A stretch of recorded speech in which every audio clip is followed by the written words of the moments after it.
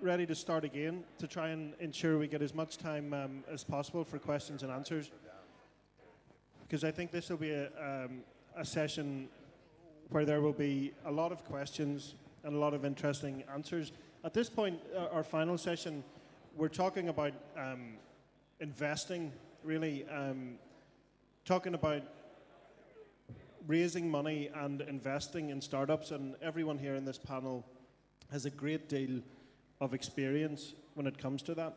So, you know, we've heard about the first steps in a startup, we've heard about making technology businesses happen, and this, I think, is the crucial point. It's about when you reach a certain point and you want to attract people like this to look at your company and invest in it. So, very briefly, sitting to my immediate right is Wilson Kriegel, an entrepreneur, an angel investor, the ex-COO of Paltalk, who currently looks around at the kind of startups that he feels merit investment. To his right, John Vanhala, formerly of Universal Music. I believe you've worked with artists like Jay-Z now, and it pursued Universal Music's digital strategy for several years, is now involved in a venture capital company based out of New York City and South Florida. And I should first of all thank both of you for traveling so far today. Wilson is literally just off a plane, landed, what, 2 hours ago or something?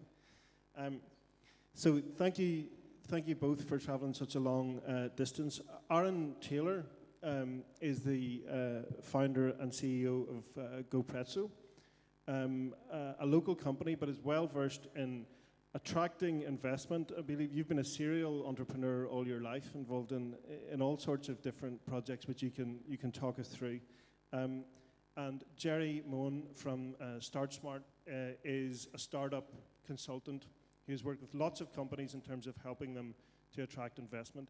So lots to talk about here today. The format is going to be that John Vanhala from Thesis Venture Capital is going to just introduce himself and speak a little bit first about what he does. Wilson is going to give a short introduction about what he does, and then we're going to go straight to a Q&A, during which you'll find out more about what Aaron and Gerry do as well. So, John, I'll hand over to you, and you can tell us about the thesis. Sure, thank you. Appreciate you guys having me. Thesis Ventures is an early stage hands-on company builder model. We get involved in sort of post friends and family, pre-Series A round. We intentionally and by design apply our skill sets to extraordinary entrepreneurs. And each of my partners in the business have unique and different proficiencies and expertise. And we seek exceptional entrepreneurs and teams and founders that have something unique about them, and we seek teams that we can actually help. It's important, both of those characteristics, and we work with consumer-facing businesses. Prior to that, I was with Universal Music Group for far too long, but in a couple different stints. The most recent stint, 3 years, was my real task. I ran a couple digital marketing teams, but my real role was to find new revenue. And finding new revenue meant spending up to, vetting up to 20 different startups a week. It was a lot of flow. And our investment, and being on a team that would look at whether Universal would invest actual cash or my label group would invest what we used to call artist equity. Like, hey, if we just could get, mega superstar X to do this, bring their audience, bring their engagement to this, how that would impact their business. So when you were at Universal looking at 20 startups a week for Universal to invest in, or indeed now with Thesis, how many a week are you looking at now, would you say? About the same. So what are you looking for? Well, again, first and foremost, an amazing founder, operator, human being, and or team. In addition to that, a great team, and a great uniqueness about their idea, some form of filling a white space.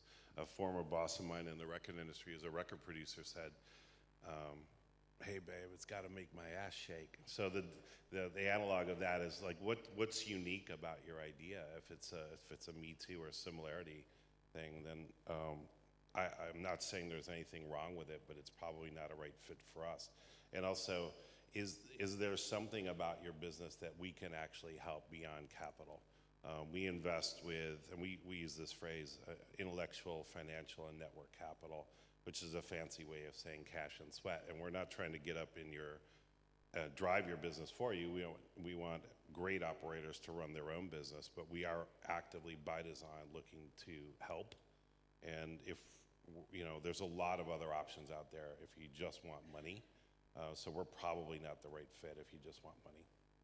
Okay, we'll get into the detail, I think, during the Q&A of exactly the kind of things you've invested in and some of the decisions you've made. But first, let me ask Wilson Kriegel to give us an introduction to what he does. Thanks for having me as well. I'm primarily originally an entrepreneur and a hired gun executive. I've helped build 6 different companies. 3 I've sold and 1 has gone public. A few are still operating. So I come, I would say, in investments today as an advisor and an angel investor at companies that I find interesting. I know the management team or the founding team. I make investments of anywhere from $25,000 to $100,000 of my own money. I only invest in companies that I'm operationally involved in one way, shape, or form. And my past companies have raised over $90 million in VC funding. I only did 1 angel funding at my first startup, my second startup. All other rounds were mostly Series A and Series B over the past 15 years. And I was lucky enough to be a part of a spin-off that we took public and raised $500 million on the New York Stock Exchange at a very young age, and also experienced 2 crashes of the .com and more recently in '98. So it's been an interesting decade. So you spent time on both sides of the fence as an entrepreneur, the person building the company, and now as an investor. What have you learned from your first role that makes, what are you looking for in companies now? Being an entrepreneur or helping build companies is not a job. I think it's really a type of emotional risk and engagement that you have to be committed to. It's like building a family or a relationship. It's extremely brutal and painful. And so what you look for is characteristics of individuals who have the capacity at any age to go above and beyond the competitive landscape of other people. The will and the drive, the passion, a depth of knowledge or perception or belief that they view as unfathomable, and you have to want to believe that they can overcome the multiples and multitudes of challenges and failures that are about to come. Being an entrepreneur is mostly about failing before you ever get around to any forms of success. When we were running OMG Pop, which did Draw Something, that we sold to Zynga several years ago, Dan Porter, who was CEO, and I was Chief Revenue Officer, we were both hired to run the companies by the VCs, raised about $18.5 million. We were about 4 months away from, basically, dismantling the company, talking about carve-outs, which is what you do for your founding team members that are going to get peanuts on the dollar if we sell. And after 30, 40 plus games and not being able to really find something to take us to the next level, we ultimately released another version of a game that became a monster hit with 25 million daily active users and generated over $100 million in revenue in just a year's time. And we were able to sell for hundreds of millions of dollars as a company, and obviously did very well for the VCs in that context. So I think that's what I look for, is individuals who I have known or known within verticals and industries that I know. I don't invest in industries that I don't have interest in. I don't invest in individuals that I don't believe have a track record. And I'm actively involved with them at various stages to support them. I mean, money is just a tool. It doesn't really accomplish anything. It just helps at various stages of the process. Aaron, tell us a little bit about your background, what you've been involved in, and some of the investment you've attracted here locally. Yeah, so as you said at the start, I've always been quite entrepreneurial. From when I was a kid, I used to take my mum and dad's lawnmower around the gardens, cutting everybody's lawn, getting cash from it. At university, we got art students to design T-shirts, which we were selling in university, making some money to pay your way through university. The most ambitious project was trying to start a bungee jumping business off the Harleton Wolf cranes. It was really interesting, but whenever we got down to the final part, it was a case the crosswinds were too bad. So if somebody was to bungee jump, they'd be blown on the side of the crane. So it was a case of fatalities, and that was probably the only time ever you've sort of been stopped starting a company because somebody would die. So it was quite interesting. Yeah, since university, I've been heavily involved just in technology. Previously, I was the games company. We worked with like Cisco, EA Games, Concentrix. It was all around trying to incentivize people in call centers to basically be more productive. Our first quarter doing a pilot with Cisco, we made them like $4.7 million in 3 months, which was just crazy. From there, then I ended up coming to GoPrezzo, where I'm at now. We're a tournament platform for casual games. So in essence, if you're playing a game on your phone, we give you the ability to take your score, put it into leaderboard to win a prize sponsored by brands. We work with companies like Paul Frank, Birchbox, quite heavily focused in the US. We don't really do very much in the UK at the minute. Since we started, we've just been heavily focused in the US market. We have offices in San Francisco and in New York as well. To date, we've raised just shy of £1 million, and we're currently in another funding round at the moment. So you want to talk to these two? Gerry, you are a consultant for startups. Tell us a bit about what you do. Consultant comes with a tagline that people shirk from. I try to get down and dirty with them and get involved in their businesses. I manage an angel syndicate called Smart Start that has about €4.8 million on tap at any one stage, and we try to invest in around 100,000 to 200,000 euros in a chunk at a time. We're not interested in doing that small 50,000, 20,000 things for small pieces of equity. That doesn't help anyone. And want to get in and get involved in the business, try and drive them on then to a good series of investment. In the north here, we've 6 companies that we've invested in. I'm Armagh originally, but it's a very Southern Irish based business recently. And so on an average basis, we'd probably see about 100 companies invest in 6 or 7 a year. But try to bolster the team, try and get them a team that in turn can attract investment. And I think for us, it's about that team with industry-specific knowledge. So we'll invest in agri-tech business, medical devices, and the odd flake with a game as well, Aaron. But not really interested in pharmaceutical. You need a lot of deep pockets and patience, but by and large, anything else is fair game. Okay, well, now that we've heard from all our panelists so we know what they do, I'm sure there's lots of people here with businesses at various stages, which is why we wanted to move to the Q&A session as quickly as possible to get as much time as possible on that. So is there a first question from the floor anyone would like to ask? Hello there.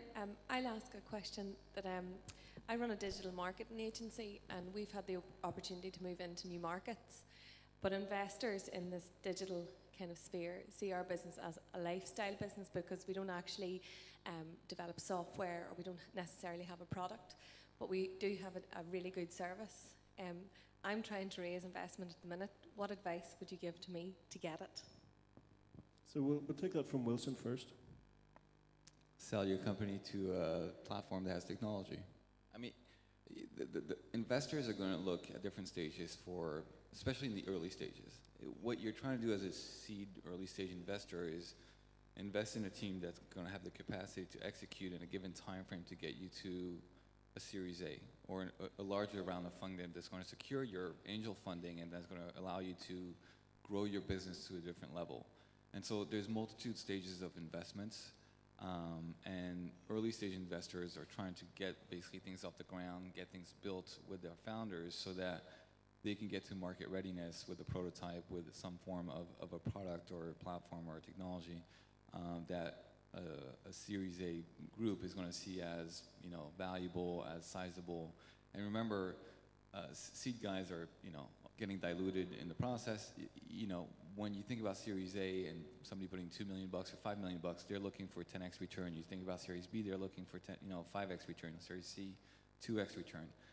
The reality is the challenge of consulting, agency is that it doesn't trade at a premium.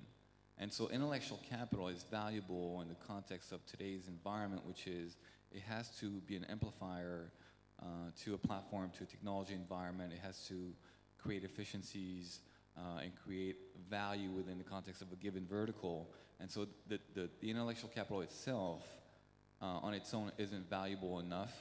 And the agency environment don't trade at multiples, and nobody buys them at a multiple. So if I'm an investor and you're doing £1 million in gross bookings as an agency, you net out your costs, you may be profitable. But I know that nobody's buying you for more than £1 million at best. I'd be happy with £1 million if somebody wanted to buy me. No. The problem is, see, we got seed. We're trading nearly 4 years, and we haven't seen a seed investor that we're just about to buy out. But for us to grow the business, we're heading into the Middle East. We need cash injection to do that, and this is a mammoth task for us. But the opportunity is huge, and the facts and figures show it. So I'm unclear why you would want to buy out your original investor if you need capital to grow your business. He doesn't bring any sweets to the party. He's a passive investor. We need somebody that actually wants to grow with us. So do you mean you need an angel investor, someone who gets involved with the company? Absolutely, yeah. So I would just offer this. I'm not saying I'm absolutely right. There's a wide matrix of opportunity. But since you don't have sort of IP that scales on its own while you're sleeping, you're in the service business, those that tend to invest in or acquire service businesses tend to be bigger service businesses.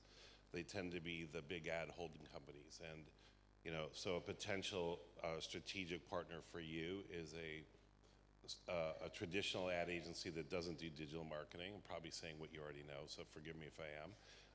If you're moving into the Middle East and you have a good traction point to make your inroads there, look at the marketplace and who's traditionally there, and meaning a traditional ad or service business there, but needs you to complement them, and try to forge that sort of partnership versus perhaps a traditional investment partner that would be looking typically to put into an emerging business with a technology investment. It's a very different approach towards investment, and it may not be the right one for a service agency model. And the other part, so you are looking in the Middle East, and I'm assuming that you're looking at areas where there's money, Dubai and the likes. You're dealing with family funds. You're dealing with the Emirates. They have bundles of cash. They don't invest necessarily in things they understand. But you got to find a counterpart over there who sees demand and the value proposition. So he is completely right. You go with it, a larger agency that needs to penetrate a new market, or that you bring a level of initial capital that they don't have yet, or find a counterpart over there in that territory that has the need that you're providing and has a network to be able to provide you or put you in front of the rich people there, and you can get, it may be dumb money, but at least it's money because there's bundles of it that they're going to put somewhere. Thanks Gerry, very much. Gerry, what are your thoughts on that one? In all honesty, I'm on the same page as the rest of the guys. I think a professional service company like yours will only grow by you attracting more custom. And if you've got an opportunity in Dubai, go for it. I'm sure that Enterprise or Invest Northern Ireland here have got some sort of export marketing help that they can levy at you to at least reduce the burden of you getting into that marketplace. But partnering up with someone is the only way you're going to grow that. And getting so embedded with them that they see the value in you, and maybe in turn see the value in giving you a chunk of change to, come on board. I know it's probably a very hard message for unkind people to say to you, oh, you're a lifestyle business. It will be viewed as a lifestyle business, no matter how hard you try, unless you get some toppable intellectual property in there that you can flip. The other part says try to build accounts. People invest in pipeline. So whether or not you've closed those accounts or not, the notion that somebody's willing to sign up for you is going to really accelerate somebody's willingness to take a risk on you. And if you do look at least in the US, Oracle and Salesforce, all those companies have bought ridiculous numbers of digital, social media, social tech platforms, mostly actually derived and created by agency guys who, in the late stages of their growth, figured out some level of technology to claim that they had, a PE to put on their business. But you should also look at, even in Europe, SaaS itself and other companies, they're trying to expand their market expertise and continue expanding the verticals they services. And so that's probably also areas. They're very large conglomerates. It could take a very long time to get through. But those are companies, at least from the US market, that have clearly spent a lot of time and money into social media, digital, and if you can figure out a way to not, bring some level of analytics or retargeting or CRM around what you do, that would go a long way probably. Aaron, can I just ask, did you find it easy, I suppose, first of all, to attract the investment into GoPrezzo, and was it made any easier because the company seems to fulfill a niche that no one else was doing? There's different stages of investment. So our first round, we were offered like £50,000 within about 6 weeks of coming up with an idea with no product, with no team, with no nothing. This was the stage whenever gaming was huge. I think Wilson was riding the crest of the wave with the OMG Pop. There's a lot of really great stuff happening there. So people were looking at gaming as something that was just going to explode. So therefore, throwing money into it made sense. We didn't take that money. 50 grand wasn't really going to do very much for us. At the same time, we knew we needed more money, and we didn't really know what we wanted to do. So we didn't really want to commit to take an investment off the back of something we weren't 100% sure in our product market fit. So our first round of investment we took was pretty straightforward and pretty easy. People buy in the potential, they buy in the vision, they buy into the team, they buy into what you're proposing to put down in terms of product. But did you know exactly what the company was going to do then? Yeah, you've got your rough sort of core. Well, you've got your core process. Yeah. No, we did. So you've got your core value of what you're going to do. So we always knew we were a tournament platform. We always knew it was all about connecting gamers to brands through their favorite games. How you go about executing against that can sometimes change as the market changes. There's a lot of stuff that impacts what you can do. Even this week, for example, you can see that Apple have now banned incentivized video installs. So a lot of people who were generating revenue through that now have to look at other options, like Tapjoy. They had a massive amount of revenue coming from that, and they've almost been scuppered. So companies like ourselves that don't rely on that now become a really interesting, innovative revenue stream that can add value at scale for these companies. So you will build your product based on what the market dictates, based on what your customer feedback is, and as you do that, obviously you're sort of changing the position. A lot of people say pivot, and it's a word that's used quite a lot in technology, but it can be used as something for refining what you're doing. It can be just used as completely changing the direction of your company, which is sometimes not a good time. Staying alive, as I mentioned. It's when you fail, you have to find a way to continue your business. Using someone else's money to change your mind.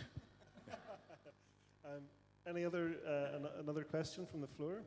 Yes, one right here at the back. Afternoon, gentlemen. Here in Northern Ireland, we have a relatively small investor pool. I work for Sapphire Capital Partners, and we help businesses, both startups, more established companies, grow by finding investment.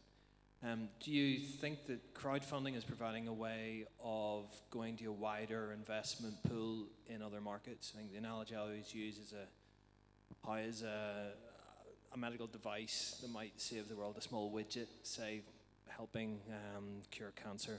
The person who might want to invest in that will be somebody who's a specialist that in the depths of America somewhere. How do you get that message to them? And could crowdfunding be the way of doing that? I'll actually answer this because we've actually run a crowdfunding campaign. Crowdfunding is an interesting one. A lot of what these guys have said rings true in that your investment really isn't about the money. It's about the people that you're bringing alongside. You want smart investors who can add value to the company, especially at early stage. Whenever it's early stage, you have a lot of gaps that you can't necessarily fill because you don't have the resource to do it. So getting an investor who can fill those gaps, who can open doors, who can keep the ship steady almost is really, really important. Crowdfunding doesn't really bring that to the table. What I've seen in the companies who've been most successful in crowdfunding have been people who have been able to tell a really good story, but people who have been able to put a bit of sexiness around it. And products that are sexy, that people can see, that people can feel, people can hold, tend to do a bit better. But again, you need to put a lot of effort in. There's a lot of money that goes into actually having a successful crowdfunding campaign, because you need to raise awareness, you need to support it with PR. It's very, very difficult just to organically go out and push out a crowdfunding campaign. So I think it's hit and miss. From our perspective, it wasn't great. But again, I know other companies who have done really well, like Brewbot here with their beer brewing robot, Shan's plan as well, the guys who make the cheese. So there's people who've been really successful, but I think a lot of it comes back to how much you've been into it and just making sure you have that resource available. I think crowdfunding holistically has been extremely successful, and Oculus VR is a great example of something that for 99% of people on Earth means nothing and will ever, who knows if it ever will, but ends up selling for $2 billion 2 years later to Facebook. I think that's what you're dealing with in crowdfunding is early stage adopter and very core niche verticals. And so I don't know that much about pharmaceutical, and I'm not sure that's necessarily an area, because most people are looking for scale through crowdfunding or a product or a device or a service that has mass market appeal. But even AngelList has gotten to go into basically clusters of angel investors now that they invest in a pool.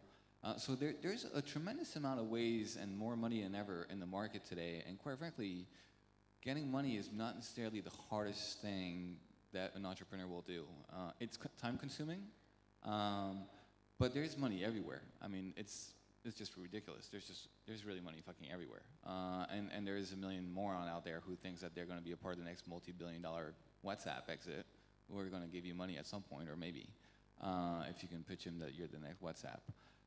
But I think crowdfunding, AngelList, Indiegogo, I mean, and those are maybe the American ones, but there's got to be some in Europe, and there's others in Asia. I think you just ultimately got to put yourself in front of the right people.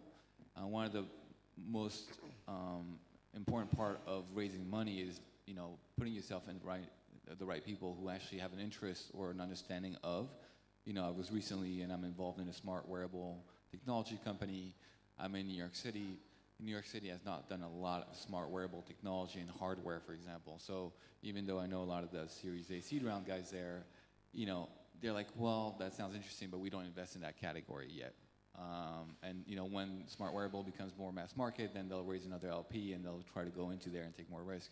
So I would say, who you put yourself in front of, and then if you're going crowdfunding, it's got to be something that has mass market appeal in terms of this commercial aspect of it, and also, taps into a core audience that's willing to pay up front for something they haven't received yet. If you don't mind, I might just address this from the island's perspective. Yes, because I think there aren't that many crowdfunding websites that are either active or appropriate for startups on the island. So you then have to look at the likes of the successes that are on Kickstarter, but you then have to take and bear in mind that those guys have put tons of energy and effort into getting that promotion into that environment. So it's just another tool in the toolbox, guys. It's just another way of raising money. So you'll see now, for example, our crowd out of the Israeli camp raising funds, but they're encouraging their startups to do the crowdfund, to do the angel, and to have venture back. So you'll see a lot of that starting to happen. So really you need to start looking at every available opportunity for the money. And it's not to look at crowdfunding as if it were just a replacement for the grant that has dried up. That's a huge piece that's going on in the startup community that I'm working with here on the island, north and south, where grants are slowly drying up. They're harder got. People are looking for a better return at the grant aid side, and so, let's go to the crowdfunding piece. That's not the answer either. They're tools in the toolbox of an overall pot of money that you need to get the business to the next round.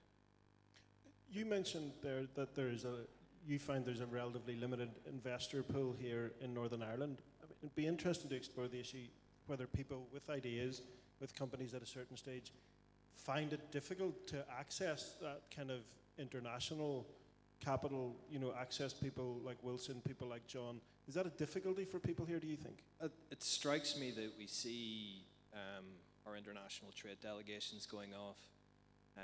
People pay $5,000 to sit at a table to hear Peter Robinson and Martin McGuinness speak. And then they're encouraged to bring their multinational company and open up a 500 job office or factory in Northern Ireland. But those guys sitting in that room, will have an affection and nostalgia almost probably for Northern Ireland, where they want to help small businesses grow. And my view is, how can we give those guys the opportunity to give their money, to give their expertise, and to get involved in the hundreds of businesses over here who could really benefit from it. So that's my sort of... You guys have good tax shelters, don't you? I mean, yeah, we Apple. do EIS as well. We could have a chat about it afterwards. We can sort that out for you. Can I bring it back? John, yes. I just want to bring us back to crowdfunding for 1 sec, and you know, the notion of Kickstarter, Indiegogo. I mean, they're awesome on many levels. A friend of mine's producing his first film that he raised 110K, and I love it as a fan of early starter gadgets, and it's a great way to get your pre-sales done on a product. There's no doubt. But then there's the equity crowdfunding side, which is really emerging in the States, and we didn't quite touch on that, and I'm frankly ignorant if you guys are doing that in the island at all, but there's an awesome platform to take a peek at, and maybe there's a way to scale it over here, and it's called Circle Up, but it's for consumer goods, CPG products. Roughly 70 to 80 emerging businesses. They have to be in market with traction already, but they're, you know, it could be a new water. It could be, and this is not a technology, but it's equity crowdfunding. Circle Up has this particular focus of CPG, early stage consumer product businesses, but you're smart, we're all smart in this room. You can easily imagine how you scale that platform to other verticals. You know, I think it's really interesting and exciting to see and how that opens things up, but I also think all my colleagues up here are very smart. It's not just about the money. That doesn't just achieve this success. It's just an avenue to get some cash into the funnel. John, your venture capital fund Thesis, are you in a range of things? Do you keep it to tech companies and tech platforms? I mean, how much variety is in there? Well, we're really young. We opened our doors officially 8 days ago. So, but we are, and we debate this, by the way, we may be too broad.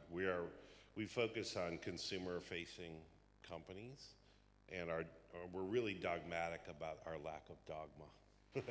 So, but each of our partners has a particular expertise, and one of them loves, that's why I learned about Circle Up about 6 months ago, really. One of them loves consumer goods products. So we are in one consumer good product, physical product now, and we're vetting a couple more. And there's been a massive increase in VC investment in consumer goods products right now, if you look over the last quarter. I personally am more interested, my personal passion is in media and entertainment and social, you know, consumer passion point software products, as are a couple other. So, you know, but we're not in B2B software. So, you know, we're in a mix of collaborative consumption software. One's called Park Jockey. It's in London, Miami, Chicago, elsewhere. And where that scales to has a much broader vision beyond parking. We're in a company that hasn't launched yet called Boatyard. It originally started as sort of, the shorthand descriptor would be Airbnb for boats. It hasn't launched for a reason. It's pivoting off that because there's a lot of competition in the space. And it has, I think, a really great vision right now that I'm going to hold off on describing for a second, but it's awesome. And so consumer-facing category shaping, ideally, meaning some unique vision that fills a need and fills a white space. And Wilson, do you have a particular set of parameters that you don't go outside, or will you invest in anything that looks good? Yeah, I mean, I stick to mobile web digital content and technologies, just because that's where my expertise is. Actually, several of the investments and advisory role, I mean, to be frank, I mean, I tend to take advisory roles and then re-up on them because maybe I'm greedy, but when I know that there's a Series A coming, a Series B coming, and I think that there's a potential for a $100 to $1 billion exit, my original 0.25 is going to become crumbs. And so if I'm going to be an advisor and helping these guys build a business, getting $25,000 for that 2 or 3 years later isn't worth my time. So I have expectations of why I'm there and the transparency behind there, and then if the advisory terms make sense and I believe in the business, then wanting to add to that and help contribute financially and put my money where my mouth is, and add another $100,000 as part of the seed round or the upcoming convertible note makes a lot of sense. Because first of all, it's straight up equity, and if I believe in the team, then it's a risk worth taking if I'm going to be involved in it as well. The fact is, at some point you have no control, and that's the challenge as part of being an investor, is that you lose control really quickly of your investments and what's going to happen and not happen. And that's why you're really betting on people. And I would say, listen, if you have a hard time raising money, you probably shouldn't be an entrepreneur. I don't want to sound like a dick saying that, but the reality is, it's just one of the small problems you have to solve for. And what does that mean? It means, each one of us here have a particular, affinity to what we invest in, to what we're looking for. And so if you can't profile that quickly, if you can't come back to us with a solution for that, if you can't convince somebody that they should give you money, it's going to be hard to assume or think that you can actually convince yourself every day that you're going to bear the struggles and compete against hundreds of other people, thousands of other people around the world to build a better business that can be successful, where you can pay payroll, where others are going to want to follow you, where you're going to be able to hire great talent who are smarter than you and who are going to aspire to become wealthy with you, building a great product and company. So money raising, is really about problem solving. And if you have a hard time and you're challenged by that, overly so, it's hard to conceive that you're going to be able to build a really successful company beyond that. So you're looking for someone who can pivot pretty well? Yeah, I mean, I'm looking for somebody who ultimately understands that if they don't have what's needed at a certain stage, go find it. We speak a lot with Aaron over the past years, and he's talked to me about his various challenges and opportunities. And my advice to him is always about solving for the simplest problems that provide the greatest upside and simplifying his approach to what he's trying to achieve. And when he tells me, hey, we don't have salespeople in the US, I say, well, you're overstretched, and you may be trying to do too many things, or you have to solve for simple things and one thing at a time, and build from there. And so, again, Aaron's still alive and still building his business because he's gradually solving for challenges that are, holding him back. And at some point, as you continue doing that, hopefully you kind of hit the holy grail that propels your business, that allows you to raise a much bigger round and bring on much bigger talent. But the key is, convincing people who are smarter than you to join you when you have very little. That's sales. Now, I'm not a sales guy. I don't earn bonuses on sales. But the truth is, you're always going to sell. That is just a part of being an entrepreneur, and that starts with hiring, raising money, and then marketing your product. And that's just the law of the land. And today, there's just proliferations of social media and Twitter and networking. Most of the entrepreneurs and most of the investments I found are through the VCs that invested in my past companies. It's a vicious circle. So, Aaron's been around. He's a survivor. Why? Because he's out there and he's selling and he's pitching and he's trying to convince people and he's solving for problems. And solving for problems is just one of the most basic things you have to do as an entrepreneur. We'll take another question from the floor. Yes, Matthew. Yes, just one behind you there. So, what are some questions that entrepreneurs should be asking the VCs? And then, how do you know a VC is serious? Put a deadline. I've got guys right now, smart wearable headset company. Obviously, Beats just got bought for $3 billion. This product I would consider significantly better and higher value, and ultimately fits with a bigger ecosystem of Internet of Things and connected devices and applications. They went and raised a $5 million convertible note with wealthy individuals. It's taken them more time than they've just gotten VC money, because everybody's always waiting for somebody else to pull the trigger, and then if somebody pulls out, then they want to pull out. Again, define define your market and define the VCs, and put yourself out there. I mean, you're going to get rejected. I mean, you go to the bar, you get rejected a lot. Not you particularly, but a lot of people, right? And what are you doing when you're out there, in the bar? You're solving for something. You're looking for something, and you're solving for it. And you have your batting average, and that's just the law of the land. And you're going to offer things that some people want, and you're not going to offer things that a lot of people want. But you got to put yourself out there. You got to be willing to be rejected, but you have to get that information back. And getting that knowledge and that expertise, whether it's through rejection or acceptance or recognition or affirmation, doesn't matter. Go out there, meet with entrepreneurs, meet with VCs, pitch and learn. And you know, try to be as refined as you can be, as smart as you can be along the way, so you don't waste their time, your time, because people never see you twice.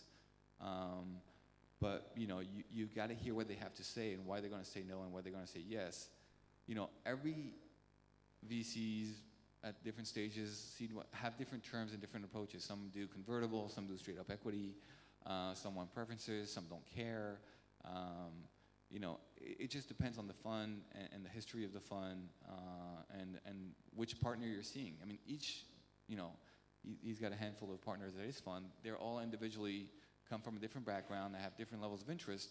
It all takes just being the one right guy who's going to be, you know, the guy who's going to hold the flag for you in there and who's going to want to make that investment and convince the other guys that it's worth their time. And that's how it actually takes place in a lot of VCs, which is you've got to get your cheerleader. You've got to get your guy in there who's going to believe in you. So you got to put yourself in front of the right person. So you've got to network so that you can expose yourself to the right, you know, partner at any type of VC stage. And who's going to be like, hey, here's a little feedback. Listen, I like the idea. It's not ready for my committee. Why don't you come back X, Y, and Z? And you know, if it comes around, you know, and shapes up nicely, I'll present it because I believe in it. And then you've got your cheerleader. It's the same when you want to do a BD deal with a bigger firm or wherever else that may be, right? All these principles are very similar in building your business as it is raising money. It's just raising money feels different. It's more personal. You're more worried about your equity stake, how much you're going to take from me. Let me tell you something. Having 10% of something that's worth $1 billion is better than having 100% of something that's worth shit, right? So don't worry so much about what you're losing. Focus more on what you're gaining. Focus more on what, you know, I was recently advising somebody who's building a company, like, well, how much equity should I give this individual? And I'm like, well, how much is it worth to you to have him on board? You know, that's the thinking process. You're going to lose along the way. Most people, you know, don't retain much of their company. You know, but the only thing you can try to retain over time is voting rights, which if you look at the Murdoch family and other people, that's ultimately what makes you, you know, very rich over time, is voting control. And board control. Don't focus so much on like valuations, whatever. There's up rounds, down rounds. You know, ask Aaron. You know, I've had ups rounds and down rounds. A bunch of my companies. You know, why do you want them there? What is it worth to you? And do you believe in the fact that whether it's 10% more, 10% less of your own equity value, it's the money that you need at the right time to be able to take it to the next level, and you'll make up for it. Well, let's get a response to that very good question from everyone on the panel, because everyone has different kinds of experience on each side of the fence. So, Aaron, let's just go to you first. You've been there. What kind of questions are you asking VC companies? I think the most important thing is figuring out what the investor's going to bring to the table outside of money. So it's like, what skills have they got that fill gaps within the company? Is the fund there? When can they invest? What competitors they have in the fund? So have they invested in companies that are similar to you? If they have and you're talking to them, there's a good chance they're not going to invest, but what they could be doing is basically trying to get all the information for you to go to the people that have already invested in. So there's lots of different things like that. It's just, a lot of it on the entrepreneur side comes down to your research. So it's researching the people within the fund who work primarily in your space. So if you're medical devices, or if you're hardware, look at the fund managers within the fund who work in that vertical. If you're digital media or whatever, you look at that vertical as well, and try and pick the person within the fund. What I would say is that one of the biggest things you can do is try and get a warm intro. Trying to hit up a VC cold is really, really difficult, and as rule of thumb, you're probably last in their list of people to call back. Like Jeff Clavier from Softtech, he's got three rules basically. If he's invested in the company and that company refers an entrepreneur, he'll meet them straight away because he values the people he's invested in. If it's an acquaintance who he knows who gives a recommendation, through time he'll get back to them. If you hit him cold, it could take months for him to get back to you because there's no link there, there's nothing there. So the big thing is looking at who you have in your network that can open doors into the fund that you think are interested in your space. And I think doing your research, I think, is probably the most important thing, because that then will sort of allow you to align the questions the way you need them to be. So I would be more focused on making sure that you do your own research and know exactly what you're looking for. Gerry, I'll go to you. What do you think people who have companies at a certain stage should be looking for in investors? Okay, without it sounding like a repeat of all that has been said before, I think you've had the message already. This is about getting a really good team in the first instance and knowing that you collectively share that vision. So if you're going to look for an investor, they're going to bring you a next stage. So if you're going to look for money, the money has to bring you to that stage. So you're looking for a couple of things. You're looking for an investor, whether they be angel, Series A, VC, whether they do it through loan note, it doesn't matter. Are they going to add value to you? So if you're going to look for an investor, will the money get you to the next level, and will the team that are investing in you help you do that? That's the only thing you should do. A word of advice to those of you who are managing directors, CEOs, whatever grandiose title you have, right? It doesn't matter. It actually doesn't matter what title you have. If you're the boy or girl in front of that investor community, the rest of your team have to support you. They can't be bitching and gurning back home that you're out pitching, right? That's your job. If your job is to raise money, get on with it. Don't be sitting at home browsing LinkedIn hoping that someone will pop up. That's not going to happen either. The only way to raise money is be active. The only way to raise money is be active and do your homework on it. It is a job in itself. Get on with it and get over it. One question a lot of people might have, I know I have it, is how do you get these warm introductions that are mentioned? I mean, John, we were talking this morning, and you were saying that if you feel that a company is right, if it's doing the right thing, if it's got potential, you'll even give it office space in your new complex in South Florida, ask them to come in there, almost like an accelerator kind of program. So what about that? I mean, how do people get that kind of opportunity? I mean, what's the best way for them to get in touch with someone like you and to present themselves in a way that's going to make you want to take them on board? Yeah, there's a couple things in that. We do offer, free space. We're not an accelerator, and we don't rent office desks. We're not a real estate play like that, but we do offer free space for companies that we work with in our workspace in Florida for sure.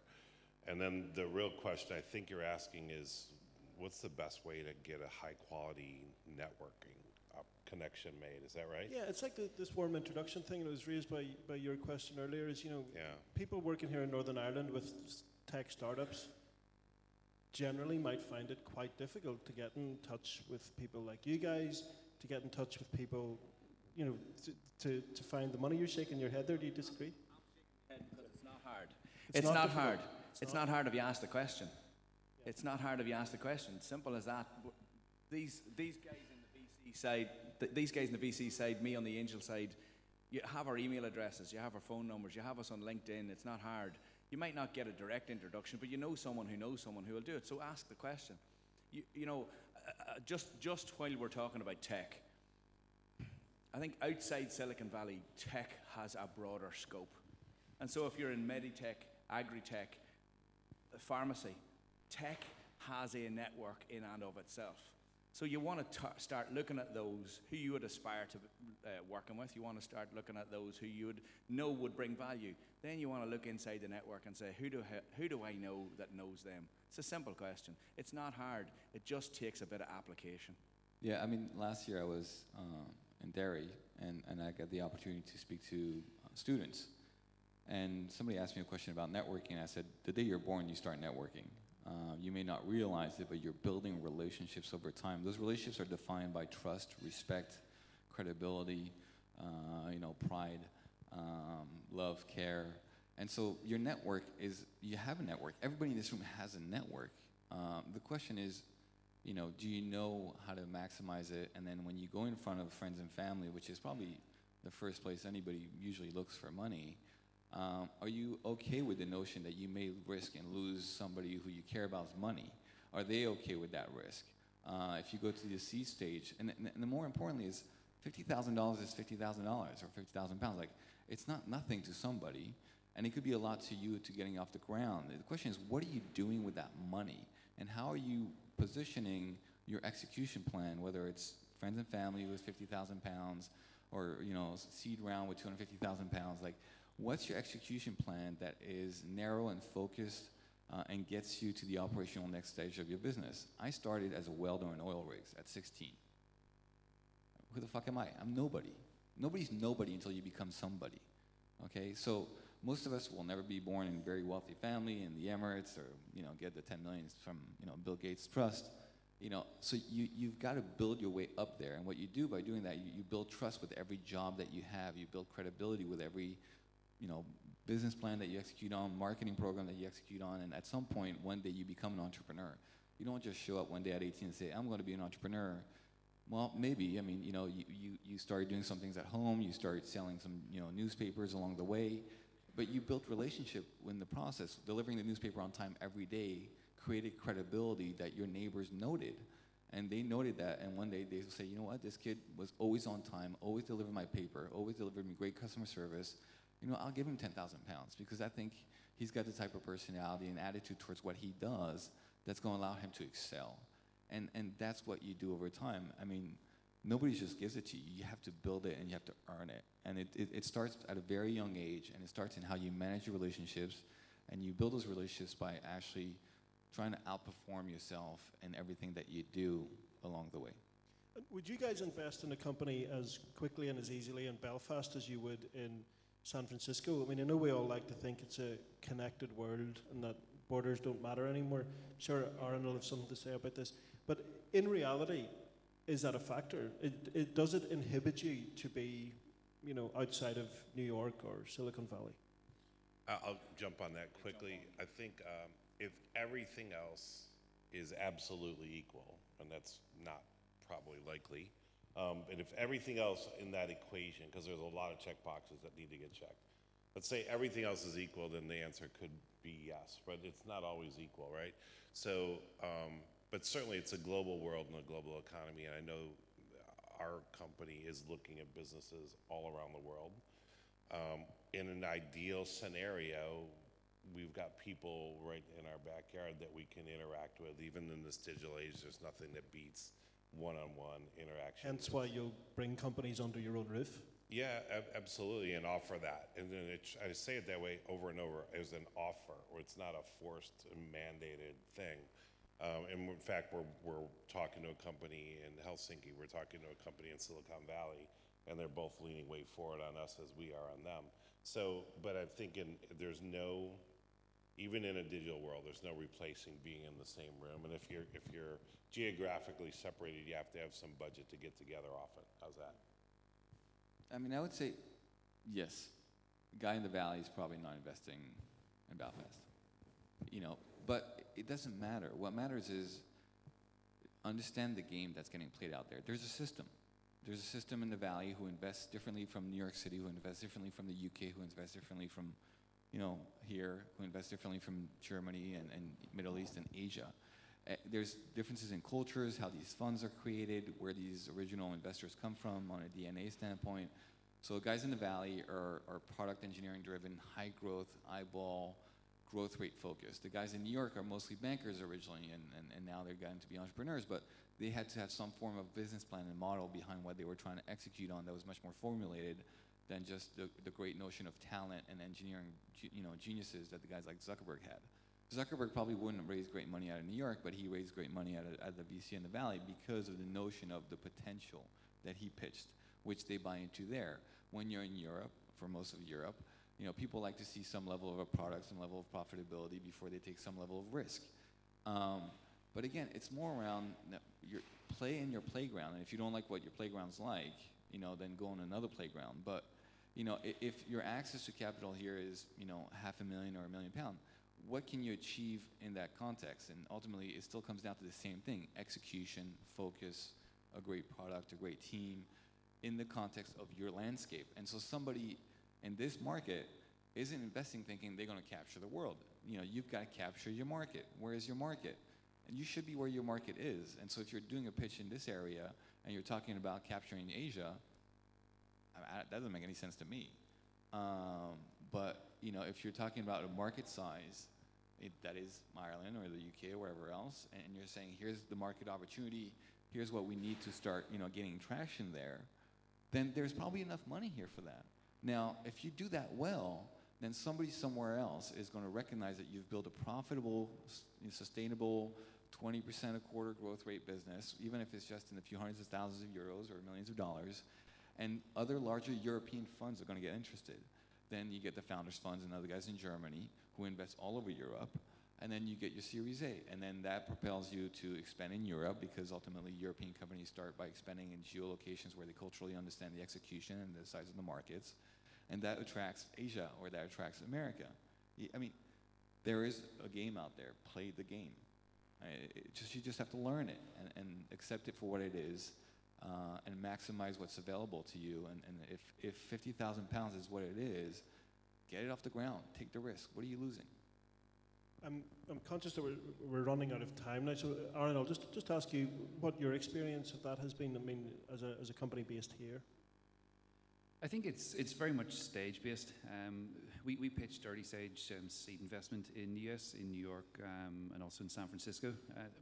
We had some stuff that was interesting, but I think the major concern is that most seed investors want you there. They want you close by to where they are, because at seed stage, a lot of the value comes from the people you have around the table, not necessarily the money itself. So unless you're willing to up everybody and move them there, you're really not going to benefit. And 9 times out of 10, they're going to go with somebody else who's got the same upside and less baggage, really. So seed stage, it's difficult. I think the most important thing is to treat your investment like planning. So you basically plan from seed through to Series A and work on the presumption that that's where you're moving to. So if you're taking your seed from here and you know you want to take a Series A from the US, because that's where you're going to get the additional skill set to help grow the company, you need to basically figure out what it is they need to see and build your company towards that. So it's making sure you've got that plan and knowing where you want to take your money from. And that can change as markets change, as the company changes. You might find that you take money from somewhere you never thought of. But again, it's all underpinned by making sure that the people you're taking money from offer value. And can I just jump in? Absolutely, yeah. Sorry, every deal has unique differences, and the challenge panels like this are awesome. There's some really smart guys up here, but businesses are different, and a smart angel that lives in Timbuktu, who can make a phone call for you and open a doorway in Helsinki when your business is located in Anchorage, Alaska, might have a ton of value and might say yes. So any of these absolute answers are more probabilities than they are actual. And I think it's just important to keep that in mind. And that's a learning lesson as well, as you're getting your business off the ground. Like, you're going to get a lot of absolute answers, and you need to try and test all of those hypotheses that you hear and that you believe. These are high probability answers, but they're not necessarily absolutisms. I was ultimately, wherever you get your money from, however little or how much it is, in the same way that when you had a job and you were accountable and there was expectations and you were getting paid as a professional, and I kind of equate to being an athlete, like, you're getting paid to perform. Like, because the guy you borrowed 50 grand from, he has to know somebody who has 100 grand. Why? Because he's already richer than you are, or else you'd fund your own company. Because most entrepreneurs should be self-funded to start out with, should have the capacity or the propensity, the willingness to self-take that risk out of their own pocket. Credit cards, and whatever else, and not paying yourself and eating noodles, and that's how I started, my first company. And I know a lot of entrepreneurs in New York who did the same, borrowed hundreds of thousands of dollars in credit cards, and they didn't eat and they didn't pay themselves. But if the $20,000 or the 50,000 pounds, whoever, friends and family, if you show that you can execute, those guys will recommend you. And ultimately, every investor is about a recommendation to another investor, another option, another opportunity. And focusing on execution and performance is creating options. You cannot fail if you deliver on what you committed to, because you will create respect, you will create trust, and you will create references. And by doing that, you expand your network, and you'll find somebody else. I mean, we've all had different levels of networks and sizes of network, but if one of us made an investment in you and you did well by him, he may refer you to me or to somebody else, or Bill Gates, or whatever else that it is. And that's how the game gets played. I mean, my second startup, where I was actually the founder, I got a seed round. It was 6 figures. I happened to live in the building at that time because I'd just gone off of the IPO that had a lot of rich people in it. Nobody known that I'd gone bankrupt and I was getting kicked out of the building, but everybody knew me because I lived in the building. They assumed I was rich and still famous like they were. And the reality is I turned around the elevator and I pitched, the wife of somebody there, and he gave, I pitched him, and he gave me a seed round, and he brought on, the CIO of AOL Time Warner, and I brought on another very famous entrepreneur as advisors. They networked me to other people. Why? Because they saw that I worked 24/7, for 12 months straight without taking a day off at my job, without paying myself. And they valued that. They valued that relentless willingness to try to do whatever it took to succeed. And they introduced me to other people, and that led to my second startup. And that's just the way it works. You're gonna fail, it's gonna be painful, but if you give it your all every time, people will value that because investors invest in people. Gentlemen, we will leave it there. I'd like to thank you all very much for that really fascinating and insightful session. Thanks a million.